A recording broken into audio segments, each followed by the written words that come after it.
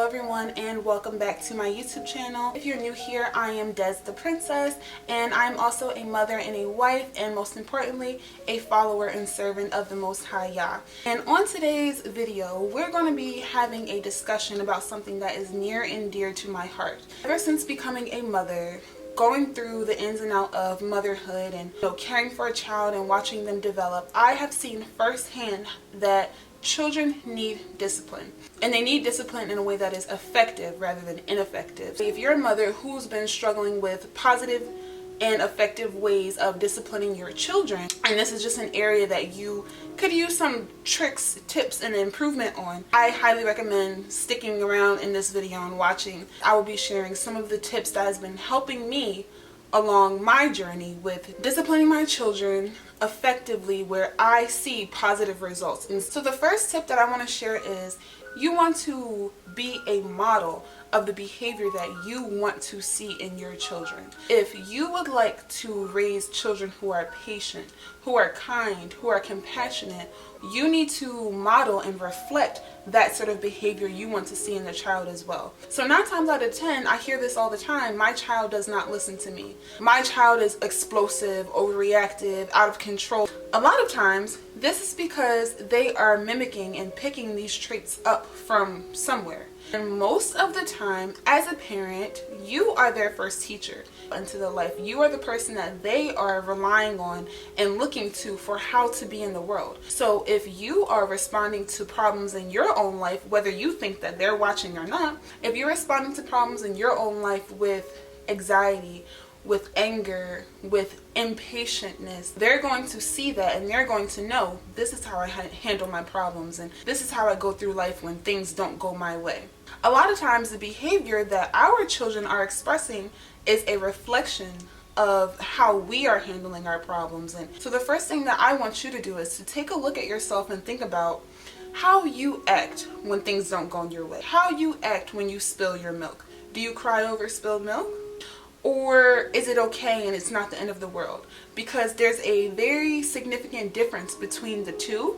As a mother, you have to constantly remember that your child is watching everything you do. We are not perfect, no human is, but there is a way to gain accountability for the way that you act and how your behaviors are portraying onto your child. If you want your child to not overreact when things don't go their way, take a look at how you act too when things don't go your way. Teach them that it's okay for things not to go our way. It's okay for things to spill. It's not okay to continue doing it in a manner that is destructive and disruptive, and that's not okay. But if you make a mistake, it is okay. Learn that your child is only going to do and act in the way that you act. It doesn't matter what you say to them. They are going to see how you act, and they're going to follow suit. So the number one tip I would say when it comes to disciplining your child, handling your problems and going through your life circumstances in the same way that you would want them to do. Tip number 2 is to engage in problem solving with them. A lot of times children, especially younger children between the ages of 2 and 5, okay, their world is just waking up. They're going through a lot of big transitions in life, and communication is not all the way there yet. So when you're in situations that do require discipline of the child, whether the child is not listening to you or listening to someone else, or they're doing something disruptive that they have to stop immediately, usually there is a problem that needs to be solved. So what you can do is to help the child to solve their own issue. Because children, they get really fired up when things don't go their way or when something is out of order. So let's just say your child is missing a car or a doll, if you have girls or whatever. Let's say they're missing their favorite doll or their favorite car. And so we have a problem. The child is acting out of order because they are missing something near and dear to them. Instead of you going to find the car and give it to them, help the child engage in the problem solving of their own problems. This is super, super helpful because it helps them eventually they will learn how to solve their own problems and think for themselves without always having to call on you or cry to you or rely on you to fix their problems. A lot of times they have a problem. Whether they're hungry, whether they're tired, whether they're thirsty, whether they need to play, whether they need some sunlight, whether they need some compassion, companion, whatever. A lot of times children have problems and they don't know how to express it to us. So you want your child to understand what it is they're going through and help them problem solve on their own. In the long run, when they stumble across problems, their first resort will switch to, instead of mommy or daddy or whoever, it will switch to, let me examine what the problem is and let me solve this problem on my own. I would say that problem solving, especially getting them involved in the process of problem solving, really helps go a long way when it comes to disciplining the child in the long run. Tip number 3 is that I would encourage you to start teaching your child emotional regulation, how to regulate their emotions, because children's emotions are all over the place. They don't have the ability a lot of times to regulate their emotions on their own. This is why they need your help with doing it. If something makes them upset, they can cry for however long they want to, and they may even forget what even made them upset in the first place. And this is because they are irrational. Children are irrational. A lot of things they do not really make sense to us or them.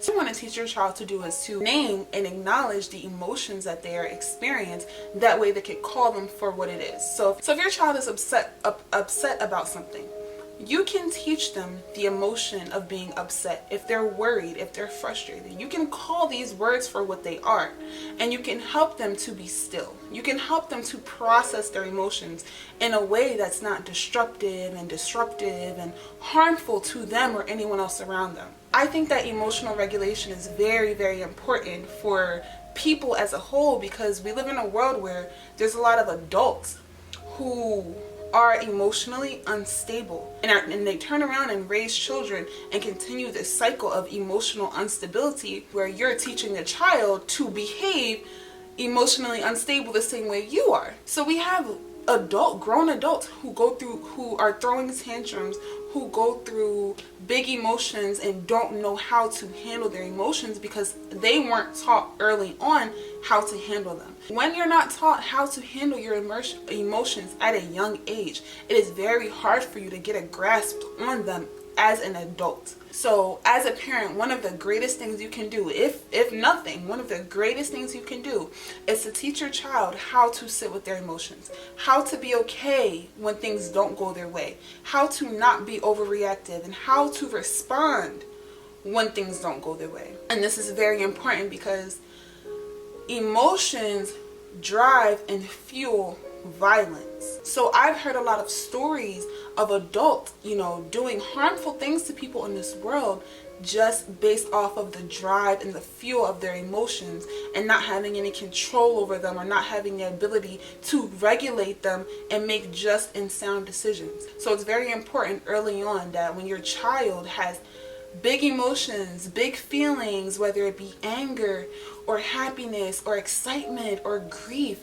you want to teach them how to classify these emotions and how to deal with them in a way that is effective, in a way that is honoring the emotions, allowing them to come through the body, but not holding on to them, not identifying yourself with the emotion. It's okay to be upset. It's okay to feel angry. It's okay to feel worried. But sometimes we want to teach a child not to identify with these emotions, to let them come and let them go. You want to teach your child to have that state of flow when it comes to their emotions, so that they're able to feel how they're feeling, honor how they're feeling, process their emotions, and discard them. Because what are emotions? Emotions don't rule us. Emotions are not us. They are just things that we're feeling in those moments. You want to teach your child not to do things that have permanent repercussions just because of a way that you are feeling in that moment. Tip number 4 is that it really is more about the connection between you and the child that makes them respect you, not so much the control that you have over them. So obviously that's your child. Obviously you do have control over them. You have control over what they watch, what they eat, where they go. You are in control of this being. But there is a way to abuse that control, and I see that a lot of times when it comes to discipline. When it comes to disciplining your child, there's a little trick that I learned in motherhood, and that is that it really is more about the connection. When your child has a strong connection with you, when they spent the day with you laughing and giggling and getting that one-on-one eye contact, we talked about that in my homeschool video, how important it is to have that eye contact and that one-on-one time with the child.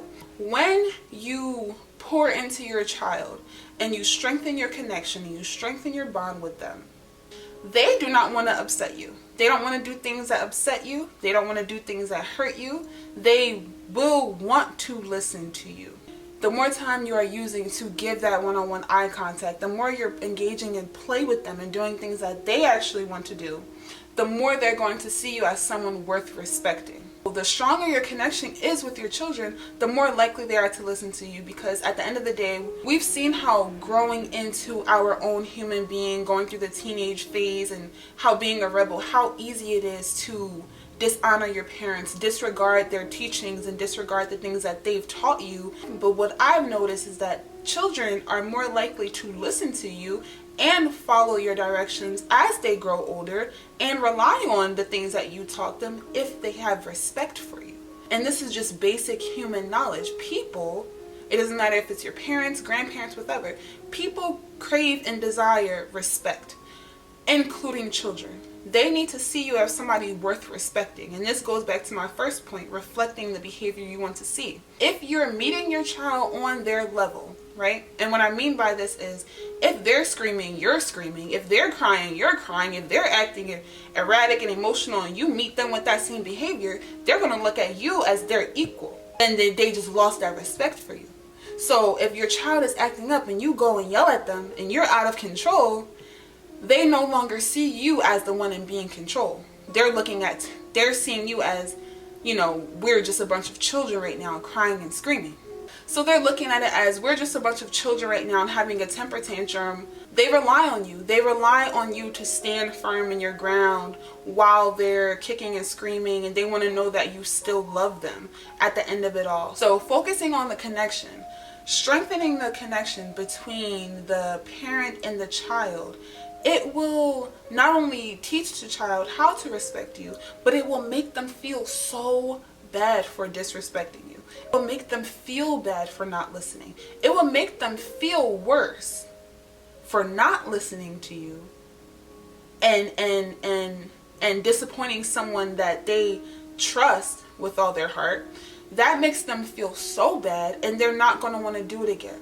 See, a lot of us think that hitting the child and harming the child teaches them not to do these things. But what it really teaches them is how to hide them from you, or how to fear you, or how to do it just to get your attention. A lot of times children act up to get your attention.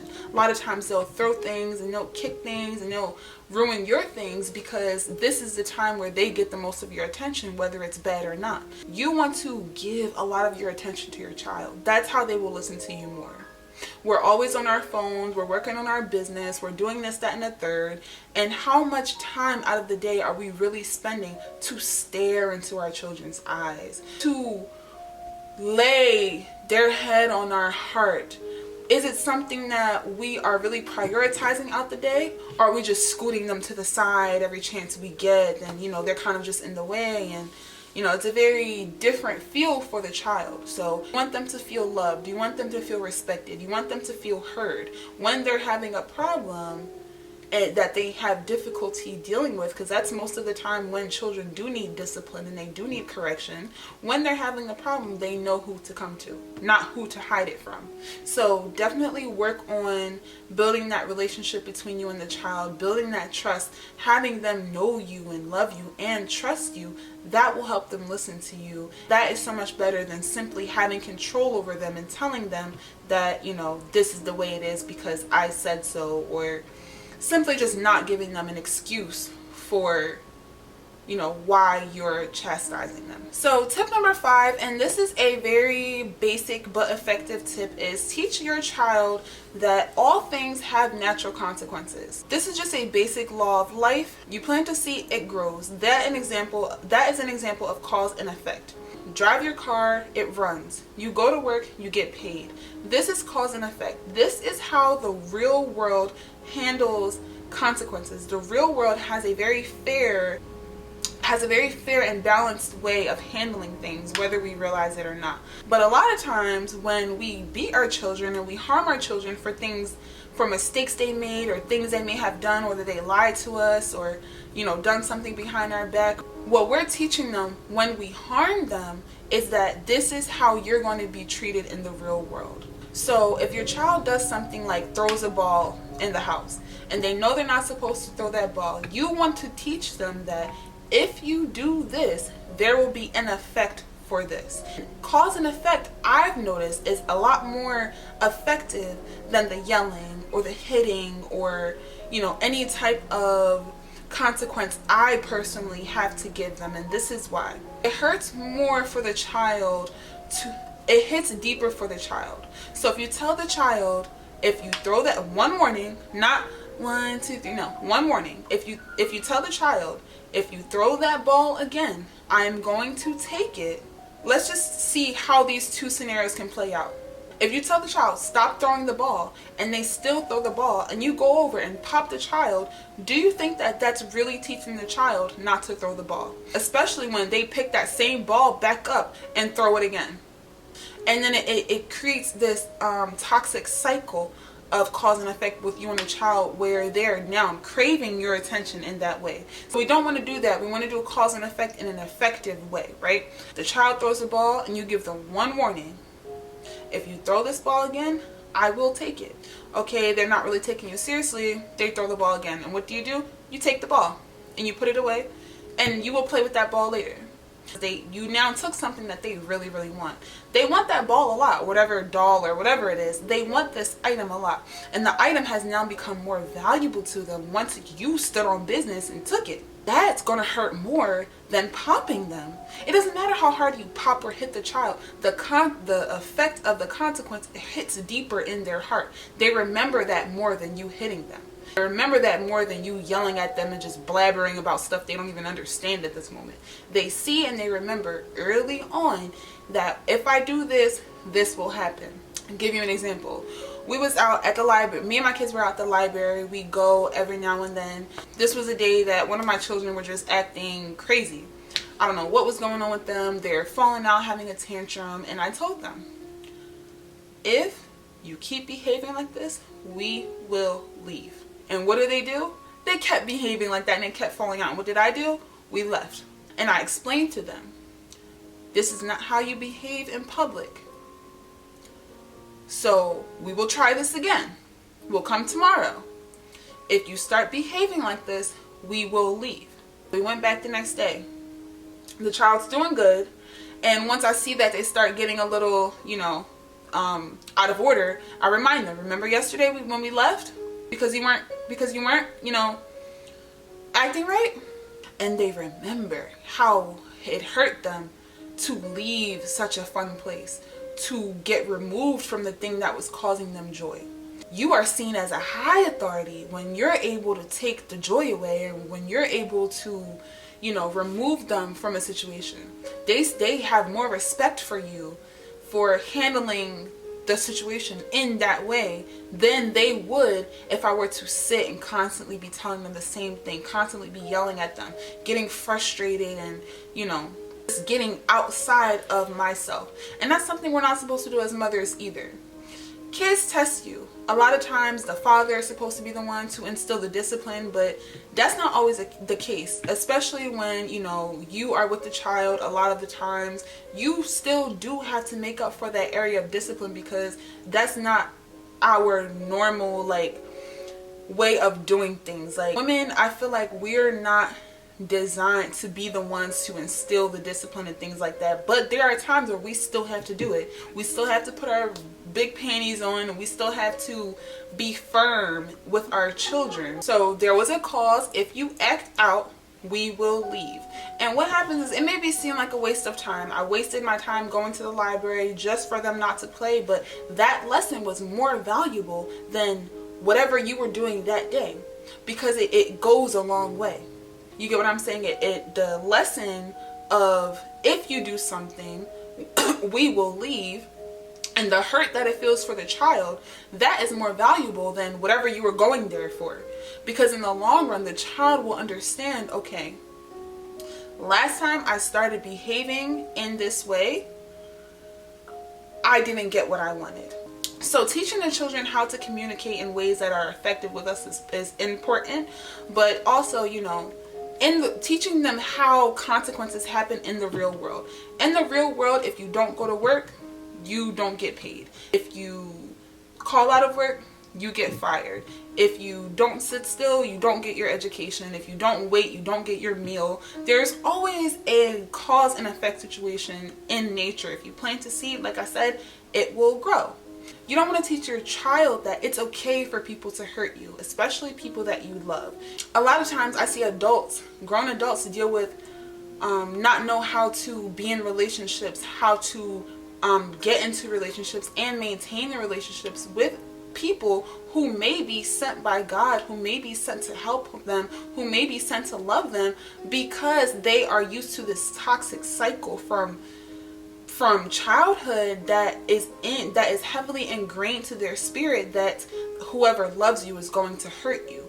So a lot of times growing up in these toxic cycles with our parents, we may associate love with hurt, and we may be seeking a type of love that comes with a certain level of hurt or a certain level of backstabbing, or a certain you see people who are addicted to these emotionally or physically abusive relationships, and a lot of times it's because we were taught that growing up, someone who loves you will also hurt you. This is furthest from the truth. If you love a child, you really want to correct their behavior. You really want to instill in them and show them how much you love them, how much you care for them, how much you're trying to keep them out of trouble.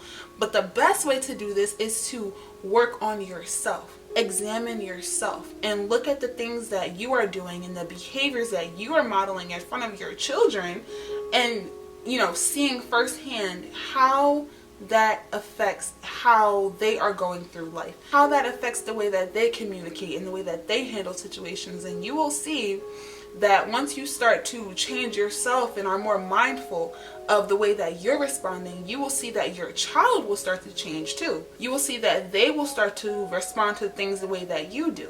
I used to be very explosive and overreactive when things would happen. Like when my son would break something or spill something, I would be like, oh my God, like I don't know why it blows up in my head like this, but sometimes these are just honestly the ways that I would respond.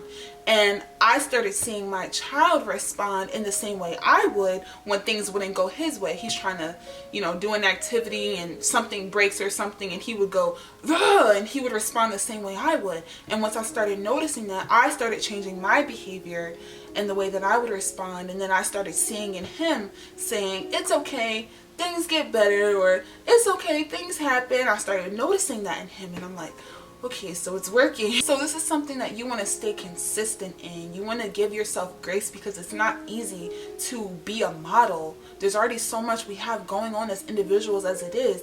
As a parent, this is such a big responsibility given to you from the Most High. One great thing you can do is call on the Most High to help you, guide you through your parenthood. Pray in the morning so that way you come and approach your children with love and compassion. Give them the same grace that God gives you, and you will see how your relationship with them will start to change. And I just wanted to pull up some scripture, because a lot of the older school generation, or just certain people in this world, will try to justify spanking your child, cursing them, popping them, or whatever with the Bible, and throwing in scriptures just to justify their actions. We're really going to get into what the scriptures actually say and break it down, so we can know how to, so we can know how important it is to discipline your child, but how to do it in a righteous manner. We're going to go to Proverbs 13:24, and that says, he that spareth his rod hateth his son, but he that loveth him chasteneth him betimes.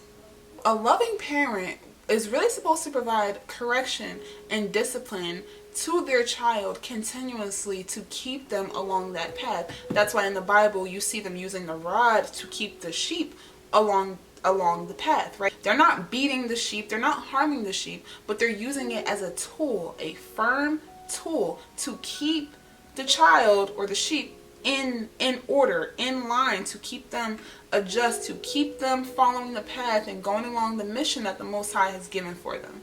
Next, we're going to read Proverbs 29:15, and this says, "The rod and reproof gives wisdom, but a child left to himself bringeth his mother to shame." So the rod and the direction that you are providing for your children, it gives them wisdom. It gives them the knowledge. It gives them the understanding that they need on their own individual journeys. But without this knowledge, without this direction, without this correction, without this reproof coming from the parent themselves, the child is a little lost. And eventually this may lead to them dishonoring the parent or dishonoring the mother, because back when they were a child, they didn't have that reproof, they didn't have that continuous positive correction. So this may develop problems later on between you and the child. And right now, while you are in control of the child, you feed them, you clothe them, you home them, you house them, you take care of them, you do have ownership and control over this child. But we need to learn the difference between control and corrective behavior. When the Most High creates us, He also creates our path and our purpose and our destiny. So part of your job as a parent is to utilize this rod as this tool of correction, not to take the rod and think of it physically to abuse or beat the child, but to use it as a firm guide and tool to keep the child in line. And from what I've seen, there's no greater way to keep a child on the path than to guide them, because children will eventually grow into their own person. They're only children for now, but there's this confusion happens where the child steps into their own person, separates from the ways of the parents, and you have to be ready for that. You have to be ready for your child to get out there in the real world and go through real life scenarios where they have to use their own brain, and they have to call on the Most High for themselves, and they have to problem solve and work with the consequences of their actions on their own. Psalms 23 verse 4, we see that it says, "Thy rod and thy staff, they comfort me." So you want your children to see you as a pillar of comfort, as a place to go when they're experiencing discomfort or confusion or chaos in their own life. If you are somebody who is really struggling with stopping to hit your child, I want you to take a second and come into a moment of stillness with me. Then think about how your child behaves, why they do the things they do. Think about if they're getting enough of your attention throughout the day, and if they're just acting irrational just to get you off your phone, just to get eye contact with you. They need attention. It doesn't matter if it's negative or positive. Think about what's going on when you start to feel outside of yourself and you want to react in a way that you know you should. Because we can justify it all we want, but hitting your children is abusive. Popping them, spanking them with weapons or whatever you may call it, it is abusive. And we have to think back as to where we develop these behaviors from.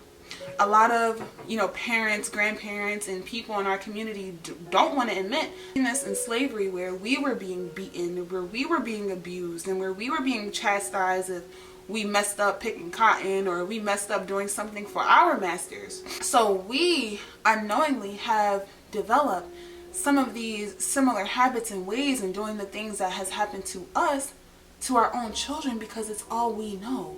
Does it really help them understand? Does yelling really help them listen?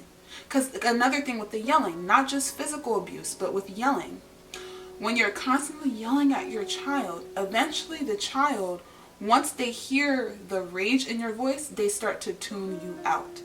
And that's why it becomes harder and harder for children to listen to you, especially when you're yelling at them. You don't like being yelled at. If you're doing something wrong in life and somebody came over and started yelling at you, how would you perceive that? Would you respect that person? Would you honor that person? Would you listen to them again when they come back yelling? No. If this is a cycle that you've created between you and your children, you want to first apologize to them. Apologize for the times that you've overreacted, the times that you've said things to them that you didn't mean, the times that you've done things to them or hurt them or harmed them in ways that were not best for them. And we really want to get into the habit of apologizing to our children, and then we will start to see apologetic children and children who think twice about their behaviors without just responding and reacting just based off of their emotions. So I wish you the best of luck on your journey, mama. And if you have any other suggestions on other videos that I can make, please do not hesitate to let me know in the comments below. I really hope you guys have enjoyed and learned something from my video. Please consider subscribing if you think that this was helpful. And until next time, I will see y'all in the next video. Shalom, everyone, and much love.